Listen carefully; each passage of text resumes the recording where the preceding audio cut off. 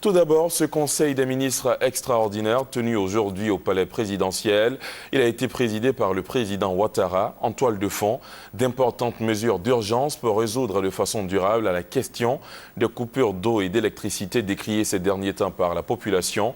Des investissements d'une valeur de 20 milliards de francs CFA, dont 9 milliards pour le district d'Abidjan et 11 milliards pour l'intérieur du pays sont prévus à cet effet. Entre autres grandes décisions, le Conseil a approuvé une politique de transformation du cacao hors norme, une source de création d'emplois pour les jeunes. Jérôme Kofi Aboulin. Extraordinaire, le Conseil des ministres du 22 mars 2013 l'est. Et comme lors des rendez-vous ordinaires des mercredis, la rencontre de ce vendredi s'est déroulée au palais présidentiel sous la présidence du président de la République, Alassane Ouattara. Ce conseil, pour ne pas déroger à la règle, a également fait l'objet d'un point presse tenu cette fois par la ministre de la Communication, porte-parole adjointe du gouvernement. Le ministre Bruno Nabagné-Koné étant en mission. Selon elle, la politique de la transformation sur place du cacao hors norme est un des nombreux sujets qui ont fait l'objet de décrets ou projets de décrets au cours de ce conseil. Les conditions d'exportation du cacao hors norme et des déchets et résidus de cacao.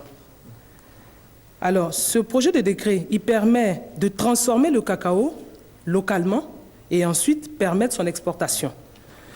Ce cacao transformé localement doit être un cacao sain, naturellement, de bonne qualité, et ce qui permet à ce cacao donc, de bonne qualité de bénéficier d'exonérations fiscales.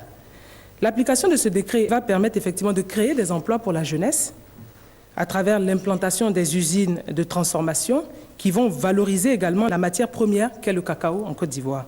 La porte-parole adjointe du gouvernement a également fait part de la volonté du gouvernement lors de cette rencontre à soutenir la promotion de l'habitat à la portée de tous les Ivoiriens. Projet de décret relatif au fonds de soutien de l'habitat pour permettre aux populations l'accession à la propriété.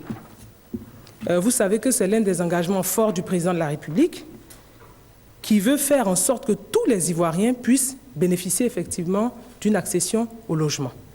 Répondant à une des préoccupations des journalistes, notamment sur la question de la sécurité, la porte-parole adjointe du gouvernement s'est voulue rassurante, indiquant que le ministère d'État, ministère de l'Intérieur et de la Sécurité veille à ce que les populations soient sans inquiétude.